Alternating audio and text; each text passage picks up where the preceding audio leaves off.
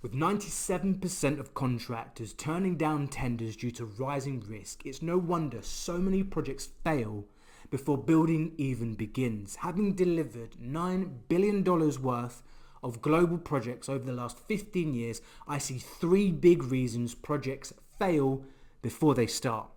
In this video, I'm going to show you how to spot and fix them before they derail your next project.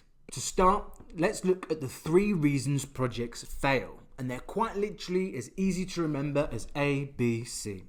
So let's start with A, which stands for agreements. During the early stages, agreements are often rushed over the line and specifics tend to take a back seat, which causes disaster down the line.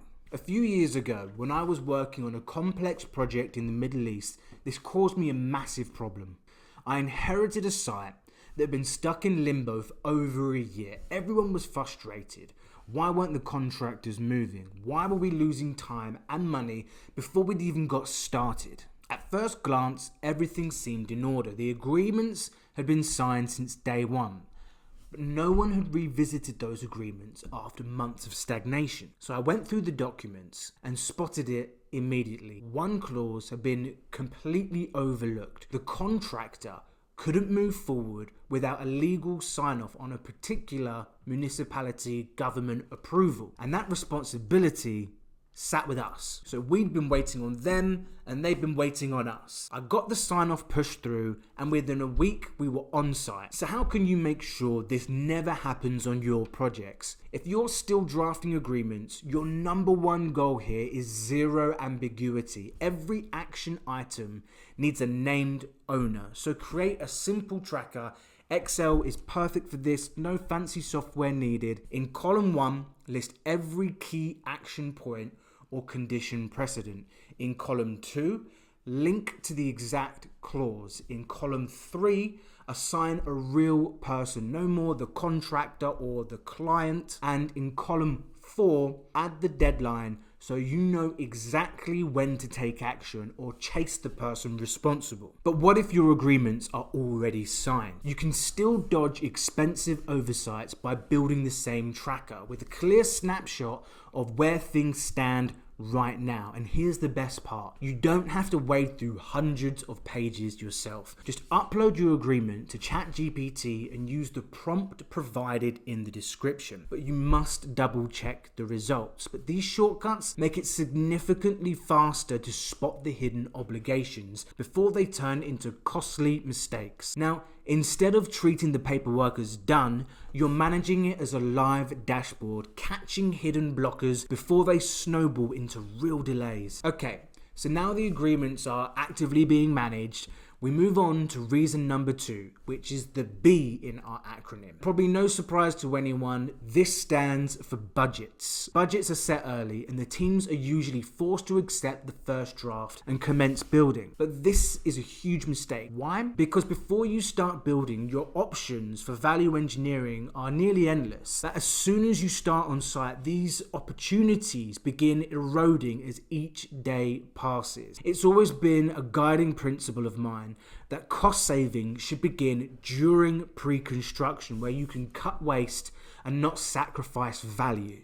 When working on a prestigious 5-star hotel, we were massively over budget and I needed to cut costs. And finishes on a luxury hotel are not where you want to be looking cheap. It's the little touches and quality of the rooms that will directly impact the value and long-term rates. So when initially reviewing the opportunities to create savings, I looked into the foundation designs and found a huge issue. We were set to use more than double the required steel rebar. Structurally, it was completely over-engineered. I validated the steel requirement with the engineer, scaled back the steel quantity to what was actually required, and that one adjustment alone saved the project $12 million before we'd even stepped foot on site. If we had tried to save $12 million after the foundations had been poured, I think that hotel may have ended up a 2-star on its best day. So how do you make sure your project isn't desperately cutting costs during the fit out? Here's a 3-step process you can carry out before you ever break ground. Step 1 is pressure test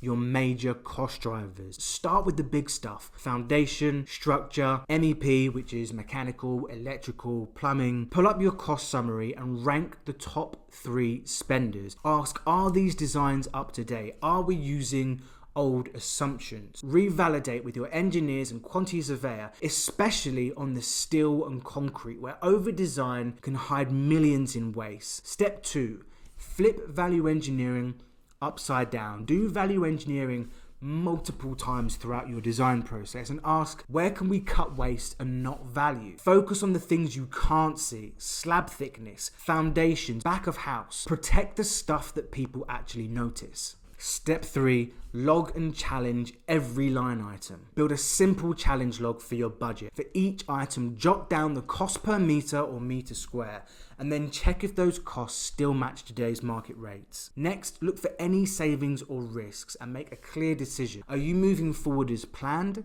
challenging the costs, or redesigning that element? And if you're stepping into a project that's already underway, make sure to do this review before any upcoming contractors start pricing or new costs are accepted. Otherwise, you're insanely repeating the mistakes that somebody else has already cost you. Scrutinize costs up front and you'll protect the margins and the finishes that make your project shine.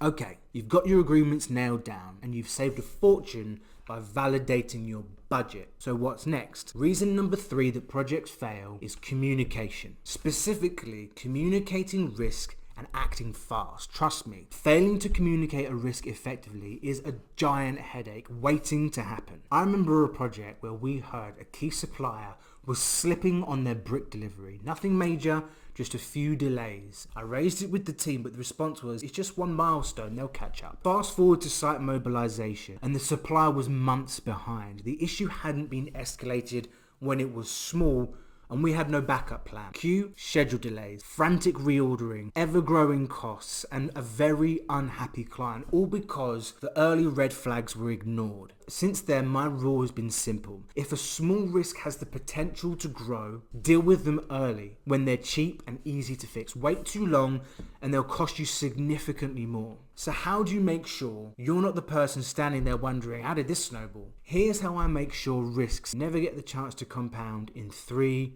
simple steps. Step 1, every risk goes on the list. Most risk registers gather dust. Yours should be a live threat dashboard. Every potential risk, no matter how small, goes on with a mitigation plan. This keeps you scanning for trouble before it hits. Step 2, assign clear owners and escalation triggers.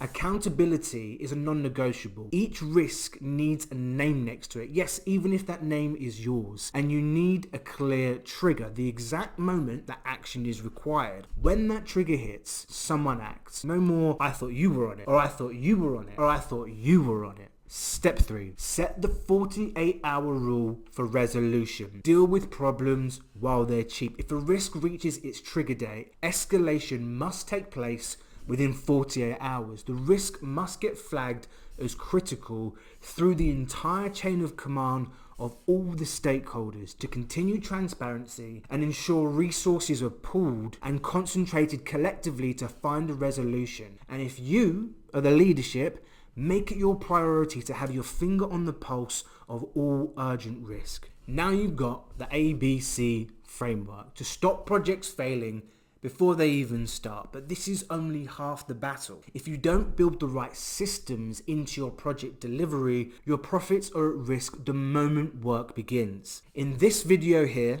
I'll show you the exact systems I've used in the most profitable construction projects across the globe, so you can deliver with confidence throughout the most important stages of your next project. Click here to watch it now. Thanks guys.